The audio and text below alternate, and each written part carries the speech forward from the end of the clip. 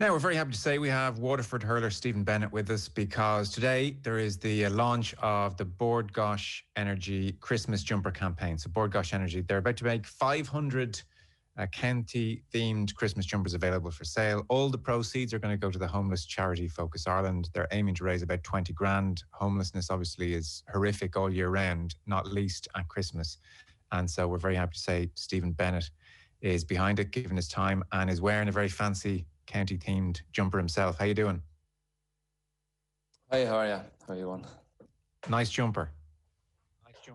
Yeah, they're lovely. In fairness, I just seen them this morning. I've two different Waterford jerseys now, or Christmas jumper. So, as you said, it's a great thing to do for charity, and hopefully people will get in behind it now. So, All-Ireland semi-final, Saturday night against Kilkenny. Talk to us. Yeah, I suppose firstly, it's great to be back up there. I suppose we haven't played in Croke Park now since 2017. So it's just exciting now. I suppose there's a lot of new lads in as well who might be their first time playing in Croke Park. So it's just exciting times again. It's nice to be back, winning a few games, and hopefully we can put in a performance now and just get to an All-Ireland final. You've had a very different level 5 lockdown to most of us. It must have been really enjoyable in so much as level 5 lockdown in a pandemic can be. In fairness, yeah, I suppose we were the start of it. We were all out of work, and it was normal for everyone, same as for everyone. Say when the thing just all finished, you know. But I suppose, in fairness, we were in a really privileged position now the last few weeks since the intercounty stayed going. Like we get to go down. So many people struggling. I suppose we still get to go to the training and play the matches and hopefully help them out some bit. But no, exactly. In fairness, now we're actually in a fairly privileged position. So I think that's why people are enjoying it a lot. Because especially even the people that are playing it is more relaxed, is more enjoyable, that we kind of realise how lucky we are. How are you finding match days without crowd? Yeah, it's strange in fairness. Like you're going from 30,000 people shouting to 20 people inside in the stand, you know. So it is strange. But look, as I was saying, it's great to just be playing. It's great to be running around there. It's great to be out with your friends to some sort of an extent, like, you know. And no, you definitely miss the crowd, all right. You'd miss the atmosphere, especially when they're winning. It is a shame that they're not all there. Like the poor people of Waterford now would have liked to have something to shout about, you know. So you're driving to matches on your own, all that kind of stuff is in place. Are you getting showers afterwards? Because we see some teams sort of in, not quite in a dressing room, but a little bit in a tunnel, because the weather has been so bad, I suspect, is half the reason on certain matches. Are you getting in for showers after matches, or is that still off limits? Yeah, no, we can, thank God. We can get in for, like you say, in Park Cleave now the other day, we were up the steps in the stand and we were up on level 2, like, so the dressing rooms now are the outdoor areas where the thousands of the supporters would be. So strange enough, all right, but it's all big and open space. And then we get the showers like in 4s, so they'd have a number of dressing rooms, say, and you're allowed 4 in each one, just to shower, like, for, you know, to be driving back half the country after it. So you'd, yeah, you can, all right. Could be a chilly drive home otherwise, I suspect. So, Stephen, what's life for you away from hurling then? Are you working? Are you studying? Has lockdown had a big effect on what you're up to Monday to Friday? It did at the start, I suppose. I actually did business up in UL there for 4 years, but it was always primary teaching is what I always wanted to do from school. So I actually went back and did the Hibernia. So I just qualified in April, and then the schools were locked down. So it was strange. I was finishing off some bit of it online, but I finished then. So I suppose I was out of work there for 5 months. It was, you know, you couldn't do anything. So it was, I suppose it was a hard time, but it was also a nice time to kind of sit back, take a step back. 6 years of college done. I'd, you know, my first break from the intercounty, I suppose, since going on it at 18. So it's kind of nice to go back, walking mountains and doing different kind of walks. You know, it was okay. But no, it's great now. I just started teaching up in Ballyhooly. It's near Fermoy in Cork. So I'm just new in there now. I'm teaching 5th class. So it's my first time having a class now, so I'm enjoying it, just getting used to it. There was a lot of talk about the importance of children of all ages getting back to school, socialisation, some kind of routine, all that stuff. So for a 5th classer, I'm kind of forgetting what a 5th classer is like. What does being at school mean to them? In what respect is it most important to them? Yeah, as I said, it's only my first year out, so I can't really comment, but I suppose just from my placements and all, the children kind of seem so happy to be back there. Like, you know, they're not, they're looking forward to coming into school. Like, in fairness, however hard it is for us, like, it's awful for the children. You know, they can't meet their friends, they can't. I know some of them can go training still, but it's all different. Like, they're sectioned off in their classes, you know, they're in different pods, so they're thinking, like, you're telling the 10-year-old, he can play with these 3 children, but he can't go over there, you know. So in fairness, however hard it is for us, I think they have an awful lot. Just harder for them to kind of grasp the concept of it all. But in fairness, they're very good. No, I think they're really enjoying being back. I think in fairness, they're brilliant. And is that pod system still in place, or is it a bit freer now? No, yeah, it's the exact same. It's my class now. You just have them in different pods, and they just stick with them. They go out to the yard with them. They'll do all, say, their group work with them. They'll so you're kind of keeping just to that group says. So yeah, so that are trying in fairness. Yeah, geez, that is so different, isn't it? That is for kids. Like in fairness, tis hard for them to kind of grasp it all. They don't understand why they can't go over and share the same scissors as the next fella beside them, or their friends, whatever it is, like, you know. But in fairness, they're brilliant. They're actually they're very good at it. They're sanitising the whole time. They're kind of more aware. They're cleaning down their own desks, and no, they actually are. They get to grips with it fairly quick. Okay, so what do you do with a kid who says, "My best mate's over there, I want to be in that pod"? It's kind of tough. They can't be there.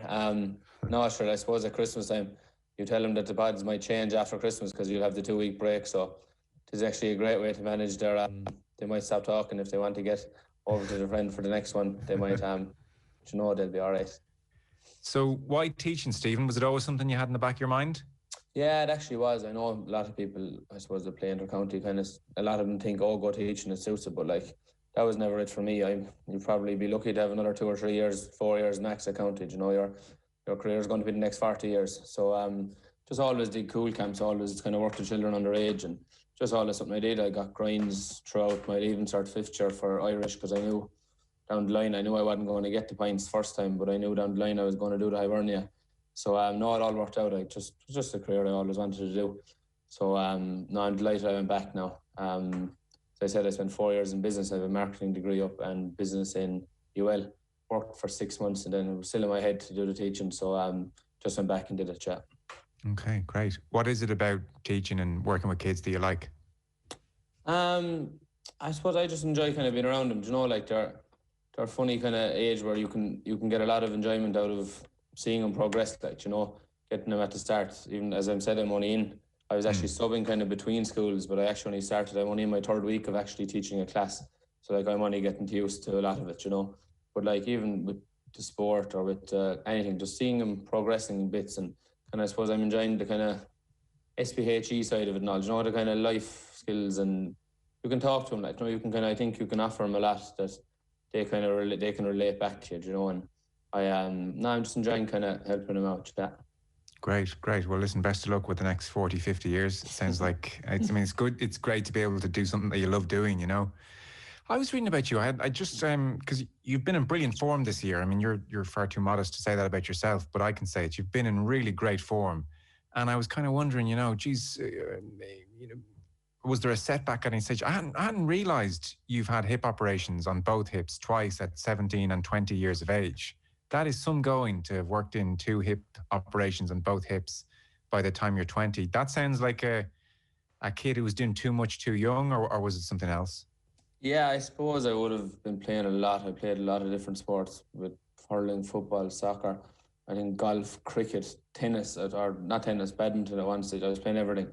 But then, like, I was playing Harty in 2nd year, and then playing minor at 15. You kind of played load, and then, I don't know, was it that? It was growing as well, that the bones didn't develop with it. But yeah, I got 2 operations at 17. And came back for the minor, and then just after the first game, missed the first game, and then I had to get him redone. I think the Pat Carlton down in Whitfield said it was the first person he ever actually done 4 times. So I thought that wasn't great news at 20, but like touch wood now, they're as good as they're going to be now. So I'm actually enjoying it at the moment. Okay, and is as good as they're going to be still not great? Are they an issue? Do you have to do prehab and look after them, or no? Oh yeah, big time. Like after matches now, they'd be sore. After trainings, there's a lot of kind of rehab and kind of just activation work, say, before you'd start training, you know, which a lot of teams are doing now anyway, which is good. But like just to go out and do a little warm up and run now, they wouldn't be good at all. But they're no, in fairness, last 3 years, 2 years definitely, I haven't missed a training, bar 1 or 2, you know. But I haven't. They haven't kind of affected me that way. I used to miss kind of the first 2 years. I was kind of missing pre-season, maybe not come back till February, you know, so you'd have a 3-month catch-up trying to get back. By the time you're after catching up, it's nearly you're not on the team, you know. But no, I'm enjoying it now. As I said, I've played, I think since Pádraig came in last year. I think I played all league, all championship matches. So it's nice that you get your confidence, from playing, and no, it's nice to be playing and nice to be back winning a few games. I'm sure it is. And Stephen, is any doctor or the hip surgeon or whoever you go to for advice, are they telling you, look, down the line when you're 40, 45, this ain't going to be pretty? I mean, every year you play, it's costing you, or what's the advice? I haven't a clue, to be honest with you. I haven't really talked to anyone since about 22. I kind of left after the last 3 years. They're in a good place at the moment, so I'm not going even looking at them. There probably will be something down the line. Yeah, I'll have to worry about. But sure, look, I'm not going to worry about it for another year or two.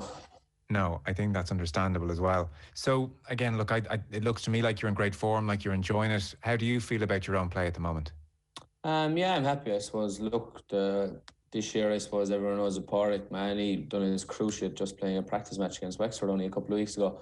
And he probably would have, no, he definitely would have been on the freeze. He was captain, But in fairness, he's helped me out a lot. It's my first, I took 2 games last year, I took freeze from him. But this year now, he was a Ballygunner as well for a lot of it. So I had him over the league and then took him into championship. But in fairness, he's helped me out. He was the fella for the Cork game, giving the sliotards to me and talking to me beforehand. And I think when they were going well, then your kind of general confidence would be good, so your overall play. It's just about helping out the team and setting up a few scores as well, It's almost a route into the game for you in a way, the freeze. It is, yeah. They can be good and bad. When they're going bad, it is the worst place to be. But when they're going good, I suppose if you go through a 5 or 10 minute period where you're quiet, they'll always kind of keep you in the game a bit, and then you can kind of get back on the scoring from play or back passing them. So no, look, they're going okay so far. I missed a couple last day, but I'm happy enough overall with them. So just keep practicing them and kind of working on my overall play. Yes, and a free taker or a kicker or in any sport, be it Johnny Sexton or yourself or whatever you want to pick, if you're having a stinker of a day with the freeze, there's a real skill in not letting that affect or infect the rest of your play. You have to almost compartmentalise it if it's not going well on a certain day.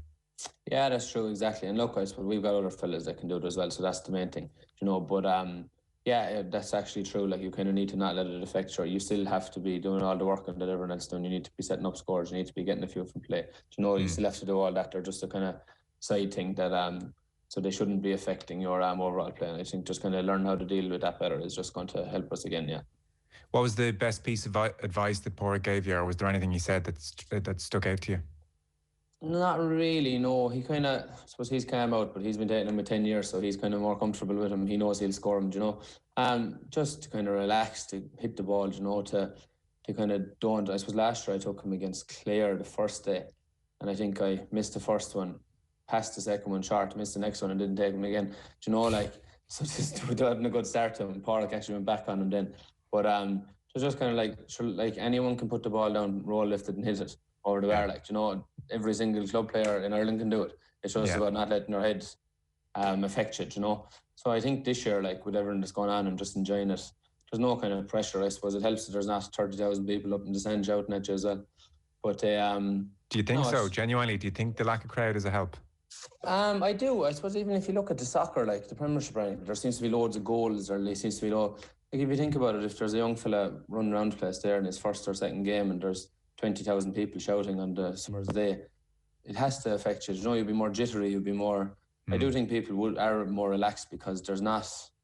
you don't know the people that are watching you on the camera, you can't see the cameras up and things, so you're playing in an empty stadium, so I think people are kind of expressing themselves a bit easier. I would think that, But no, as I said, it's just enjoyable at the moment to be winning and to be back looking forward to going to Crow Park now. So you don't, or maybe you do, but by the sounds of it, I was thinking you don't overcomplicate it in terms of a pre-shot routine or certain keywords you're saying in your head or any of that business beforehand? No, nothing at all, to be honest. No, I know a lot of people do, but I think the more, it's funny, it's kind of, the less you think about it, I think the easier they are to score. Okay. I'm going to, for everyone in Waterford, I'm going to stop talking to you about it now, a few days out from a semi-final. No, I don't mean it that way. But just anyone can do it, it's just to not leave it affect you. So when they're hitting, just hit them, you can't, if you actually strike them, don't be afraid to strike them. They can't go too far wrong, Yeah. So I'm not, they're going okay. Okay. So the Stephen Bennett school of advice is just hit them. And maybe there's something to be said for that. Something to be said for that. Dessie Hutchinson wanted to pick your brain on for a second. He's come back and people would have seen his goals. Interesting to be alongside a former professional, and he's come back from Brighton. Is there anything you notice about the way he goes about his business, his play, his movement, his physical side of things that jumps out to you as, that's kind of slightly different to us amateurs, or is there any difference at all? Definitely. I suppose at the start, he was just in. It's his first year in, but he's really getting more vocal now. He's kind of bringing a lot more to the setup. He's, in fairness to him. What I found, I suppose, is his running technique would just be streets above a lot of us, I think. Do you know that? I suppose if you're spending 5 years training every day, the right technique is like his first few yards are just brilliant. So no, definitely, I think there's an awful lot in that he can help, and he is helping. The other lads kind of in training, and you can see a fella doing this. So yeah, I definitely think the training he was doing has a load of advantages playing hurling as well. I suppose the funny thing is, he came back after 5-6 years, and you think the hurling would be gone, but it's not. He's very skillful, in fairness. So it's just about using him the right amount. I think first game or two we didn't actually hit much ball into the forward line. We didn't. We weren't good enough with it out the field, giving it in. So we can see when we hit him in that he can cause trouble to anyone. But just like the rest of them can, like Jack Binder, the great game in the Munster final, Austin, Jack Fagan, any of the lads, we just need to be smarter with the ball, That's interesting on the running technique. So do you mean that literally that he would give a few pieces of advice or tips on running technique? Not even that he did that. It's we actually have a running coach, but you just see him, everything the running coach is telling us to do and try to change. You see Dessie would be that much above us, that he's kind of, so you can kind of work off him and you're like, okay, a fella talking to you about it, you're thinking, what does that look like? But in fairness, Dessie's has it spot on, so. Okay. So the coach just says, do what Dessie does.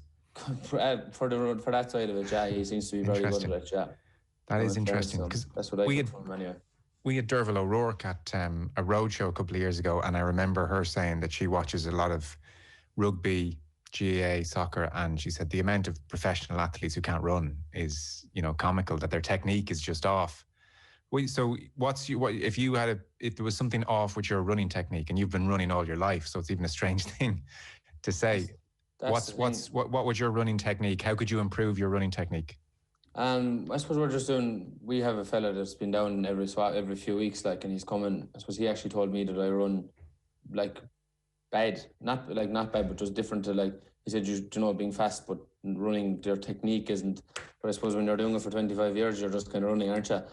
So it's kind of hard to just be told, well, change this. But no, we're working on it, kind of just improving the way you kind of run with it, and kind of at 90%, that you can get up and down the field, kind of that, you're not just running straight away and collapsing after 20 yards, of improving that we can run at 80-90% for longer distances, more efficient. It seems to be just all about kind of repetition and kind of good different kind of drills, high knees and that kind of different things. Yeah. Interesting. It's amazing, all the little details now that you guys are all going into. They did not have running coaches in the 90s when, hurling was thriving, that's for sure. No, I said this is even my first year really having a fella just for it's sprint techniques and that. But as you said, it's gone nearly that way that every team has all sorts of every angle covered, and then next year they'll have another fella in, and then the whole lot of the teams will have it, so it seems to be going that way. But yeah, it's enjoyable every night you're training. If you're picking up little things, it can't be negative for you, No, for sure. Not least when so many games are coming down to a point or two or a puck of a ball, it is the small margins. What are you like now this week, the week of a game against Kilkenny? Is this a kind of miserable week and I can't eat my food and I'm thinking about it the whole time, or you're pretty relaxed? No, to be honest, I don't be thinking about it until the morning of it, and then I'd struggle, all right. But no, I don't really. I suppose it's only my third week inside in school, so they're actually, in fairness, keeping me on my toes, just trying to get used to that side of it. So the week's flying. You're down to Waterford twice, and so you only have your 5 day. We're playing again Saturday. We're playing 3 days time, so it's quick turnarounds. I know you'd probably like a few more days just to recovery wise, but I'm actually enjoying the kind of condensed, the condensed season that we're playing every week. You haven't time to think about last week because we're playing again in a few days. So It's actually, it's just, as I was saying, for what most people are going through now, we can't be giving out now and we get to run around on the weekends. No, it's true. There's a great flow to it. It must be lovely to just get into that rhythm. What's Liam Cahill brought to the party then? Yeah, I suppose he came in at a tough enough time. I suppose there wasn't a lot of fellas probably hadn't much confidence in how they were playing at the moment. But in fairness to him and Mikey, like Mikey's a top class like hurling coach. Say he does the drills and all, and Stephen Frampton's with him as well. But they that's Mikey Beavens, is it? Mikey Beavens, yeah. They he would do most of the coaching side of it, and they're just kind of they bring you in. They want you to attack from everywhere. You know, they want everyone running towards the goal, like the backline. They want them attacking their men. They want everyone like don't run backwards, don't run to the sides. They want you to keep going on about honest mistakes. Like they don't care if you make an honest mistake, which is good because fellas aren't kind of, oh, will I do it or will they give out? You know, like they're kind of fellas are going for it more because they actually are encouraging it. They want wing backs to go on a kind of mad run up the field, and they might work off and get a goal, but they also might lose the ball and we might get caught for a point. But they don't seem to mind. They actually just want us, as they said, like making honest mistakes. So that kind of, as a player, then you buy into it. Like, you know, it's a lot easier to buy into that when you know that you can kind of go out and try things, and once you're trying and putting in the effort, like they don't mind if they don't work out. Yeah, that's a nice umbrella to play under, I have to say. Honest mistakes. Potentially, partially the reason you guys are racking up some decent scores again now. Yeah, I suppose in fairness, we have been scoring a bit more these days. Even the other day we got a lot, but they showed us what was it, 327, but they showed us it sounds good, and then they showed us video analysis of the things, and thinking, God, we could have got another few goals, we could have got another few scores, you know, like little. I remember I was running through once, and I think it was Neil Montgomery beside me, didn't see him, didn't hear him, you know, but then when you look back and you're like, God, we had enough, you know, the extra pass is always on, like we've got a good few lads that are like the runners said, we need to kind of bring that up to 80, 90, 100% now against Kilkenny, taking all them, you know, because we need every score we can get against Kilkenny. Yeah, well, listen, I'm really looking forward to it. Go well, play well. It's great to see Waterford back on this stage. You know, last couple of years, we were worried that, you know, was it at the end? But it's great to see all you guys back and playing well. I'll let you go. I should remind everyone, we're talking to Stephen Bennett, and he's given his time to support a brilliant cause. So, Bord Gáis Energy, they have a Christmas jumper campaign. They're going to make about 500 county-themed Christmas jumpers. They're going to go on sale. All the proceeds will go to the homeless charity Focus Ireland, and they're looking to raise 20 grand. So that's why Stephen was talking to us. Stephen, good man for giving your time for this, and look, best of luck on Saturday. Go well. Perfect. Thanks a million.